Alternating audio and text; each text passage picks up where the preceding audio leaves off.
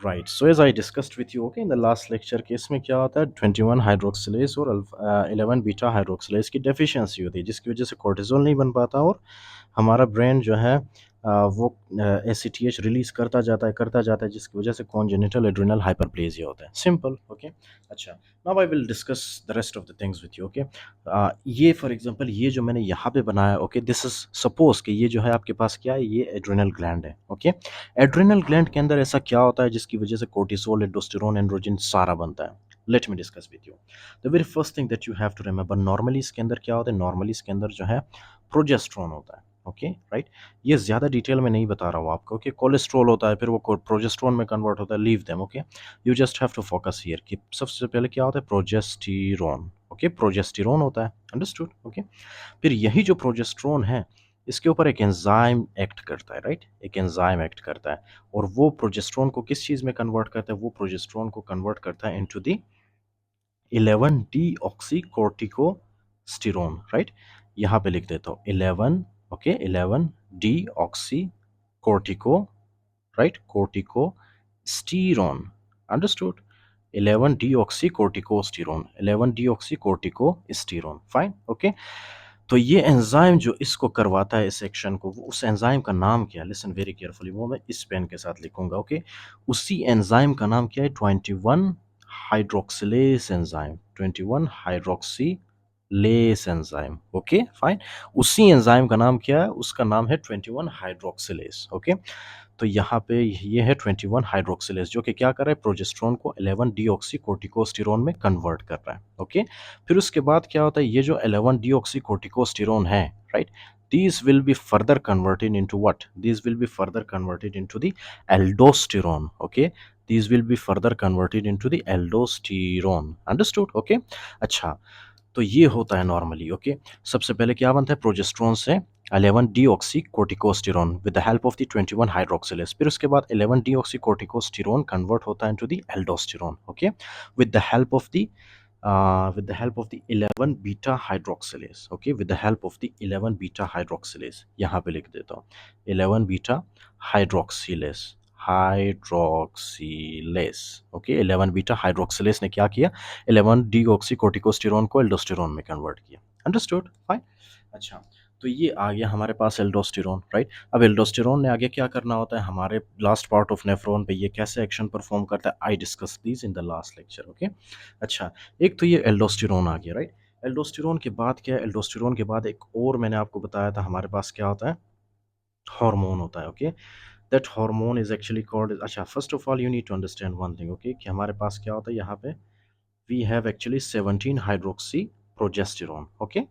यहाँ पे हमारे पास होता है 17, okay, 17 hydroxy progesterone, 17 hydroxy, 17 hydroxy progesterone, progesterone, 17 hydroxy progesterone, right. अब ये जो 17 हाइड्रोक्सी प्रोजेस्टेरोन है, इसको किस चीज़ में कन्वर्ट करता है ये, listen very carefully, okay. These will be actually converted into, right, this will be converted into the 17 hydroxy progesterone को ये कन्वर्ट करता है किस चीज़ में, कोर्टिसोल में, okay, right. This will be converted into the what thing, this will be converted into the cortisol, fine, okay, these will be converted into cortisol, oh sorry, ये है 17 hydroxy progesterone, right. 17 hydroxy progesterone को ये सबसे पहले convert करता है किस चीज़ में, 11 डी ऑक्सी कोर्टिसोन में, ओके, 11 डी ऑक्सी कोर्टिसोन में, ओके, फाइन। यहाँ पे आई होप के लिखा होगा, लेट मी सी, 11 हाइड्रोक्सी डीऑक्सी कोर्टिसोल, यस, सी, ओके। सबसे पहले क्या होता है, 17 hydroxy progesterone, I am sorry for the mistake, okay. तो ये इसको किस चीज़ में कन्वर्ट करता है, ये कन्वर्ट होता है हमारे पास 11, okay, 11 deoxy, deoxy cortisol, 11 deoxy cortisol, fine. तो ये कन्वर्ट हुआ 11 डीऑक्सी कोर्टिसोल में, फिर ये 11 डीऑक्सी कोर्टिसोल बाद में कोर्टिसोल में कन्वर्ट होता है, फाइन, ओके। अच्छा, इसमें एक चीज़ कॉमन है, वो कॉमन चीज़ क्या है, लिसन वेरी केयरफुली, वो कॉमन चीज़ ये है कि यहाँ पे हमारे पास जो एंजाइम था, राइट, ओके, जो हमारे पास यहाँ पे एंजाइम था जिसने क्या किया, प्रोजेस्टेरोन को 11 डीऑक्सी कोर्टिकोस्टेरोन में कन्वर्ट किया, उसका नाम क्या था, 21 हाइड्रोक्सिलेज, सिंपल। अब सेम यही एंजाइम होता है जो कि 17 हाइड्रोक्सी प्रोजेस्टेरोन को कन्वर्ट करता है into the 11 deoxy cortisol. Okay fine. So that is why this enzyme is very important, understood now. इसी तरह से यहाँ पे भी सेम एक ही एंजाइम होता है। ओके यहाँ पे भी एक ही एंजाइम होता है। वो एंजाइम कौन सा है? That is 11 B beta hydroxylase. ये 11 बीटा हाइड्रोक्सिलेज एक्चुअली में क्या करता है, ये जो 11 डी ऑक्सी कोर्टिकोस्टेरोन बना था राइट पीछे, उसको कन्वर्ट करता है इनटू दी एल्डोस्टेरोन। ओके इसी तरह से यही 11 बीटा हाइड्रोक्सिलेज कन्वर्ट करता है 11 डी ऑक्सी कोर्टिसोल को इनटू दी कोर्टिसोल। फाइन। तो इस तरह से ये एल्डोस्टेरोन और कोर्टिसोल आपकी बॉडी के अंदर बनता है। We will not discuss about the androgen, उसका पाथवे अलग है। ओके तो इस तरह से एल्डोस्टेरोन और कोर्टिसोल आपकी बॉडी के अंदर बनता है। अंडरस्टूड ना? ओके अच्छा, अब क्या है कि फॉर एग्जांपल अगर 21 हाइड्रोक्सिलेज डेफिशिएंसी हुआ तो जाहिर सी बात है क्या नहीं बनेगा, एक तो एल्डोस्टेरोन नहीं बनेगा और दूसरा कोर्टिसोल नहीं बनेगा। Okay fine. एल्डोस्टेरोन जब नहीं बनता, मैंने आपको बताया था, जब एल्डोस्टेरोन नहीं होता बॉडी के अंदर तो ये जो यहाँ पे जो फॉर एग्जांपल साल्ट यहाँ से एब्जॉर्ब हो रहा था, सोडियम वाटर, क्या वो एब्जॉर्ब हो पाएगा? नहीं। क्यों? क्योंकि एल्डोस्टेरोन की डेफिशिएंसी है। ओके जब एल्डोस्टेरोन की डेफिशिएंसी होती है तो ये सोडियम वाटर है, ये सारा हमारे बॉडी से निकल जाता है। ओके हमारे बॉडी से ये निकल जाते हैं। अंडरस्टूड? तो ये सोडियम आया और ये हमारे पास आया वाटर, जिसकी वजह से क्या हुआ, जिसकी वजह से डिहाइड्रेशन हुआ बॉडी के अंदर। ओके डिहाइड्रेशन हुआ, एक तो डिहाइड्रेशन हुआ। ओके इंक्लूडिंग दैट मैंने आपको बताया था जब ये दोनों एब्जॉर्ब होते हैं तो ब्लड के अंदर जो फॉर एग्जांपल पोटासियम और हाइड्रोजन आयंस होते हैं वो भी हमारे ब्लड से बाहर निकलते हैं। ओके और हमारे ब्लड को या हमारे बॉडी को नुकसान नहीं पहुंचाते ये पोटासियम और हाइड्रोजन आयंस, राइट? तो जब ये दोनों एब्जॉर्ब नहीं होंगे यहाँ से तो जाहिर सी बात है ये पोटासियम और हाइड्रोजन आयन भी यहाँ से नहीं निकलेगा हमारे बॉडी से, राइट? जब ये दोनों नहीं निकलेंगे तो इसकी वजह से क्या होता है, हमारे ब्लड के अंदर हाइपर कैलीमिया होता है। Okay hyper kalaemia, right? इसी तरह से ये हाइड्रोजन आयन जब ज़्यादा होता है so this will lead to the acidosis. Okay acidosis, क्योंकि हाइड्रोजन आयन के पास प्लस साइन है so this will lead to the acidosis. इसी तरह से ये है आपके पास। ओके जब डिहाइड्रेशन होता है, डिहाइड्रेशन में क्या है कि आपका ब्लड प्रेशर कम होता है, राइट? ब्लड प्रेशर कम होता है इसमें। फाइन। तो एक तो डिहाइड्रेशन हुआ, उसके अलावा क्या हुआ, उसके अलावा हमारे पास ब्लड प्रेशर जो था वो भी कम हो गया। Okay right. अच्छा लेकिन इस कंडीशन में क्या है, इस कंडीशन में ये है ना कि ये जो पेशेंट्स होते हैं, फाइन, ये जो पेशेंट्स होते हैं इनके अंदर एंड्रोजन बनता है। ओके एंड्रोजन बहुत ज़्यादा बनता है। क्यों?